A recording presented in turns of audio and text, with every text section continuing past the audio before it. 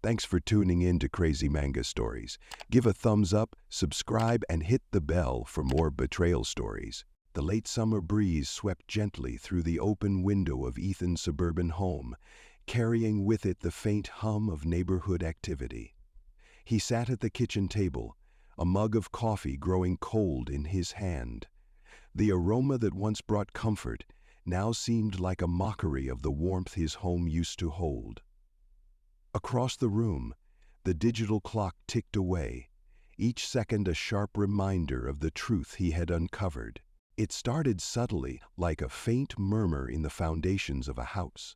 Clara's laughter had become more restrained, her gaze often wandering to her phone during dinner. Their once frequent discussions about plans, dreams, and life had dwindled into silence, punctuated by occasional forced pleasantries. Ethan had noticed, of course. He always noticed. But he buried his concerns under the weight of his career, convincing himself that stress had crept into their marriage like an uninvited guest. Until the receipts came. A crumpled paper tucked into Clara's handbag had been the beginning. It wasn't a mistake, and deep down Ethan knew it. A charge for an upscale bar downtown. One he had never visited. He had let it go. The first crack in his resolve to trust her unquestioningly. Then came the string of unexplained late meetings, sudden gym memberships, and new lingerie hidden at the back of her closet. Clara dismissed his quiet inquiries with smiles that didn't reach her eyes. "You're overthinking," she would say, brushing his concerns aside with a kiss that felt more habitual than heartfelt. Ethan's calm demeanor belied the storm brewing beneath. He couldn't confront her, not yet. His mind worked methodically, piecing together fragments of information like a puzzle. He hired a private investigator, a decision that both sickened and steadied him. The investigator's findings were delivered on a crisp Monday morning, as if mocking the predictability of his life. The photos were clear. Clara, arm in arm with a younger man, a name Ethan didn't even need to ask for. Diego, a charming personal trainer from the upscale gym she had insisted on joining. The sight of them laughing, their faces unguarded, burned into Ethan's mind like a brand. It wasn't just betrayal, it was her ease, her freedom in that moment that cut deepest. That evening, Ethan stood in their shared bathroom, staring into the mirror. The reflection he saw wasn't of the man he thought he was. The calm, collected husband who had built a life on trust and commitment. This was a man at a crossroads, teetering between fury and despair. He couldn't go back, but moving forward meant making a choice he wasn't ready to face. "Dinner's ready," Clara called from the kitchen, her voice light, almost musical. Ethan joined her, wearing the mask he had perfected over years of compromise and love.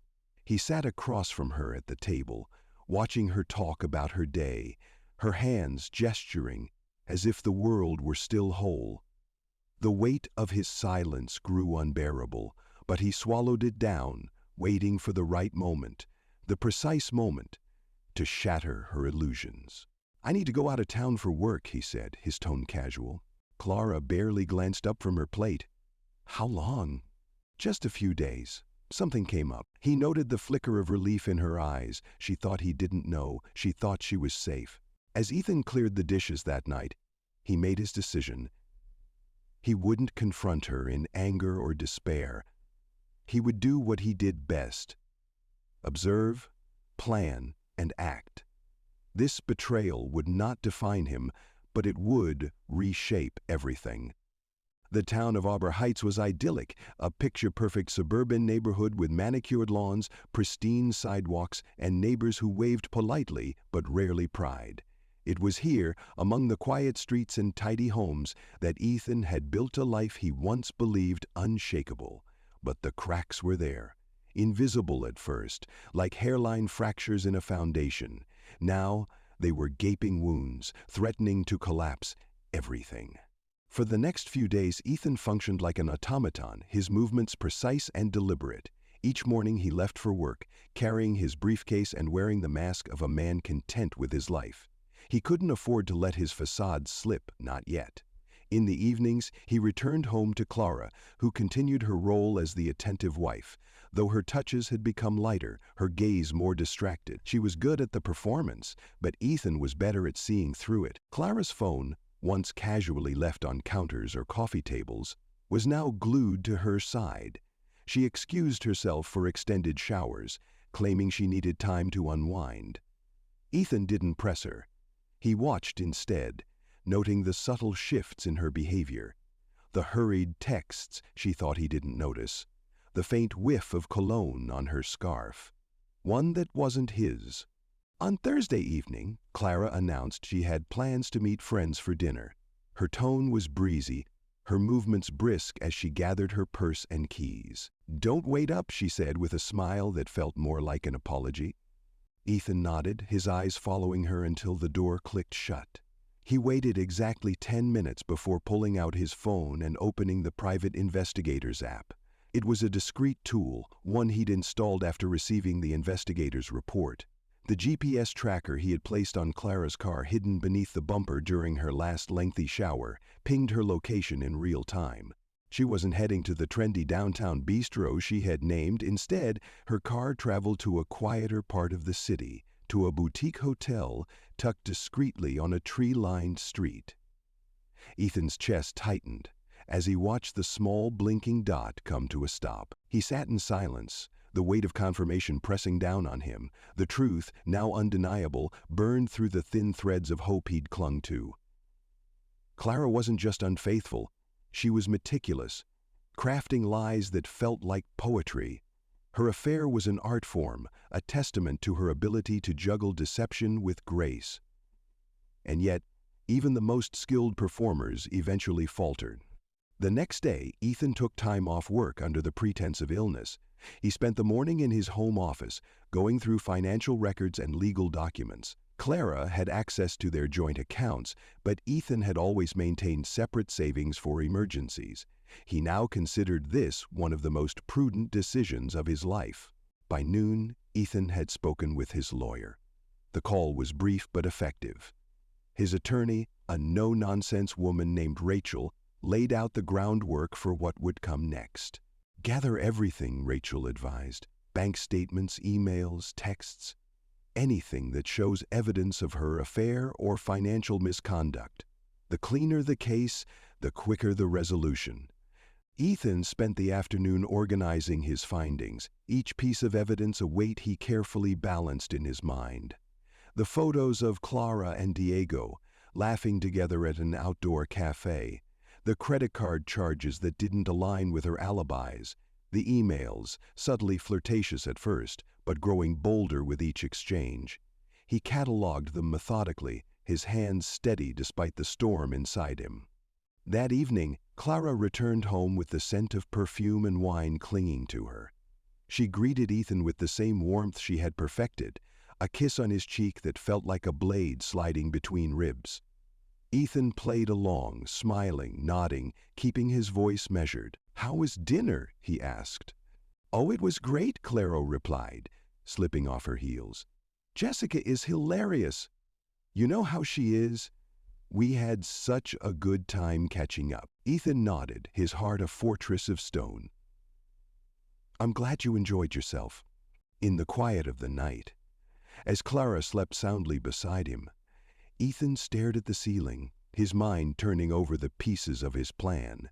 He wasn't the type to act out of rage or desperation. He would move carefully, ensuring every step was deliberate, every action precise. Justice wasn't about vengeance, it was about control, and Ethan was determined to regain every ounce of it. Ethan's mornings had always been a reflection of routine and order. A cup of black coffee, a jog through the neighborhood park, and a silent meditation in his study before heading to work. But now, each moment carried a hidden tension, as if his life were a wound stretched taut, waiting to snap. This Friday morning was no different. Clara's cheerful chatter over breakfast sounded like static to Ethan's ears as he quietly contemplated the steps ahead. Clara kissed his cheek before leaving for her day. "Don't work too hard," she said, with a breezy smile. Ethan responded with a faint nod, his mind elsewhere. The moment she left, he sprang into action. He needed the house to himself to execute the next phase of his plan. The first task was the safe upstairs in their bedroom closet. Hidden behind a row of suits and blouses, it was something Ethan had almost forgotten about over the years. But now he saw it as a treasure trove of leverage. Inside were copies of financial documents, passports, and, most importantly, a USB drive Clara had insisted on keeping. She'd described it as a backup for important family files. Ethan suspected it contained more than old tax returns and vacation photos. He cracked the safe and plugged the drive into his laptop. The folders were innocuous at first glance, neatly labeled House, Kids, 2022, Taxes. But it didn't take long for Ethan to find what he was looking for. A hidden directory, password protected but no match for the rudimentary hacking skills he'd picked up in his career. When it opened, his suspicion was confirmed. It was a meticulous record of Clara's affair, messages exchanged with Diego, photos taken at private getaways, even a folder labeled Notes for Divorce. The title made his stomach churn. She was planning for a life without him, one that likely included Diego, funded by their shared wealth. Ethan's hands tightened into fists, but he quickly unclenched them. Anger would accomplish nothing here. Instead, he copied every file onto his own drive, careful to leave no trace. With that step completed, he moved to their joint finances. Clara had taken a more active role in managing their household budget over the years, a responsibility Ethan had welcomed. But as he logged into their accounts, he discovered just how much control she'd exerted. Transfers to unfamiliar accounts, withdrawals that didn't align with their expenses. She had been siphoning funds. Diego's name appeared in several transactions. She wasn't just betraying him emotionally, she was building a financial escape route. Ethan printed everything, filing the evidence in a secure folder he planned to hand over to Rachel, his attorney. By the time he finished, the sun was high, casting long shadows across the room. It was almost noon, and Ethan's phone buzzed with a notification. Clara's car had stopped moving. Checking the app, he saw she was parked at the gym she frequented, a plausible location if he hadn't already uncovered her patterns. He smiled grimly, let her think she was still ahead of him. The afternoon brought a new challenge. Ethan needed to confront Clara's lover indirectly, planting seeds that would disrupt their carefully crafted lies. Diego worked at the gym, and Ethan knew he had to approach this delicately. He couldn't afford to tip his hand just yet. Instead, he made a call to a mutual friend who frequented the same gym, subtly asking if they'd noticed anything unusual about Clara or Diego. "Funny you mention that," the friend said. "Clara's been spending a lot of time with him. I thought maybe it was just training stuff, but now that you ask," the implication hung in the air, unspoken but heavy. Ethan thanked them and ended the call. It wasn't hard evidence, but it was enough to plant doubt in Clara's carefully curated world. He knew gossip had a way of spreading like wildfire, and it was only a matter of time before Diego felt the heat. The evening brought an eerie calm. Clara returned home, her mood bright, her demeanor as polished as ever. They had dinner together, a quiet affair punctuated by her occasional questions about his day. "You've been quiet lately," she said, tilting her head. "Work's been busy," Ethan replied, his voice neutral. She nodded, satisfied with the answer, and returned to her meal. Ethan studied her, wondering how much longer she could keep up the charade. She seemed confident, almost smug, as though she believed her double life was unassailable. Ethan resisted the urge to confront her. Timing was everything. After Clara went to bed, Ethan made his way to the garage. In the quiet of the night, he worked on the final piece of his plan, a letter.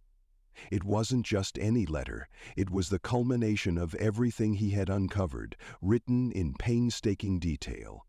It included the evidence of her affair, the financial misdeeds, and the lies she'd spun to justify her actions.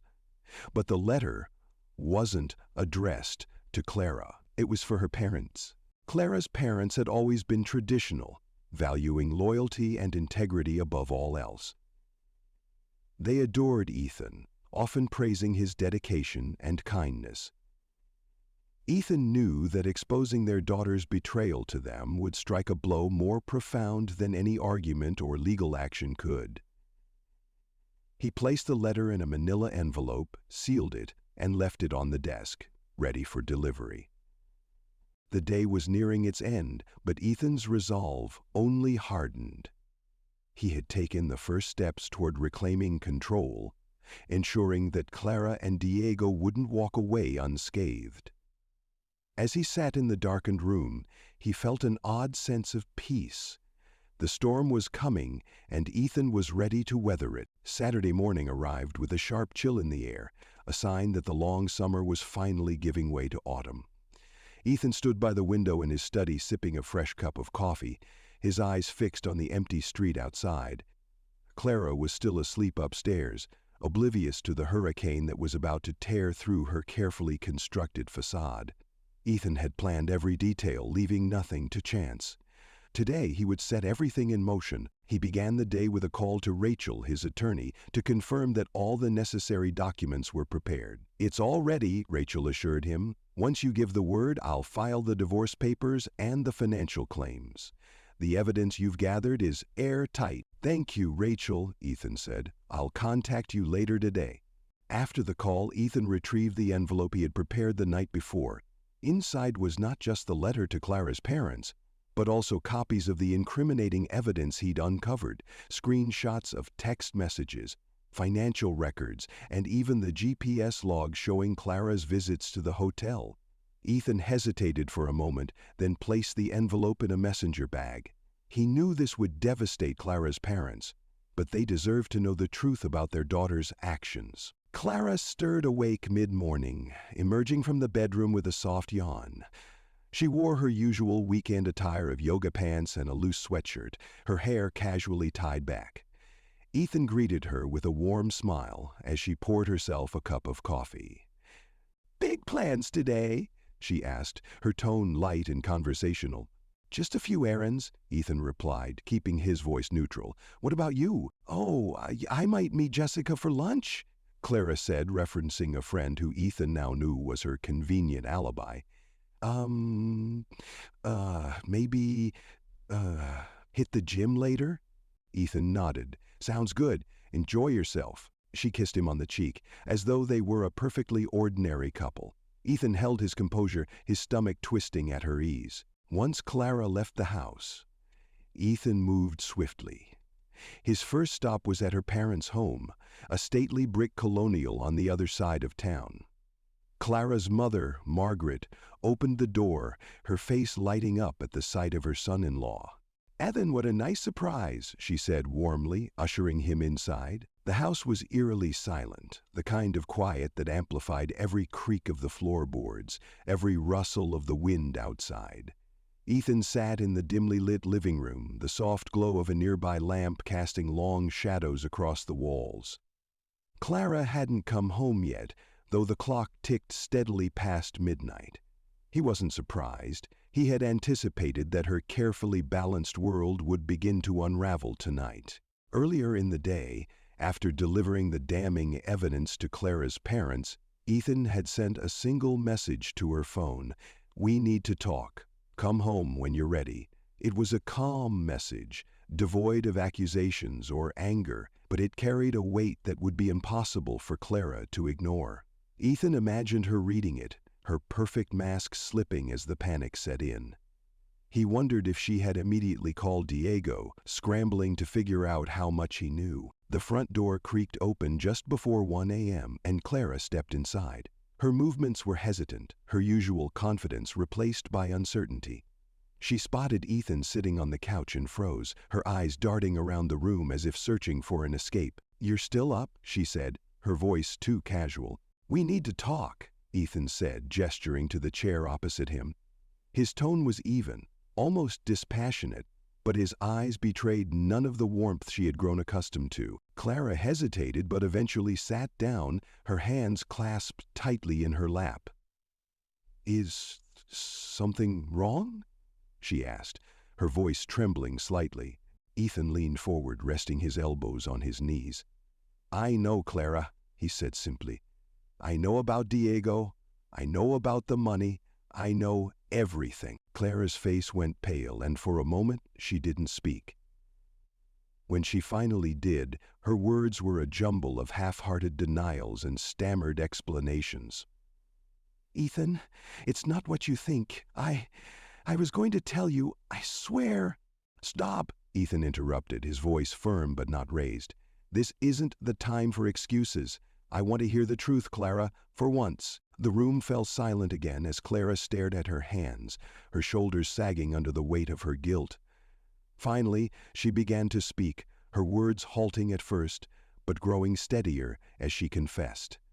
She admitted to the affair, to siphoning money from their accounts, to planning an escape with Diego.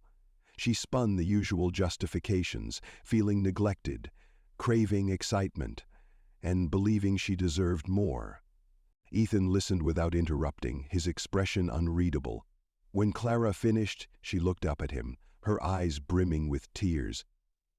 I made a mistake, she whispered. But I still love you, Ethan. I want to fix this. Ethan shook his head slowly, his lips curling into a bitter smile. You didn't just make a mistake, Clara. You made a series of deliberate choices, choices that betrayed everything we built together. He reached for the envelope on the coffee table and slid it across to her. Clara stared at it, confusion mingling with dread. What's this? Open it, Ethan said.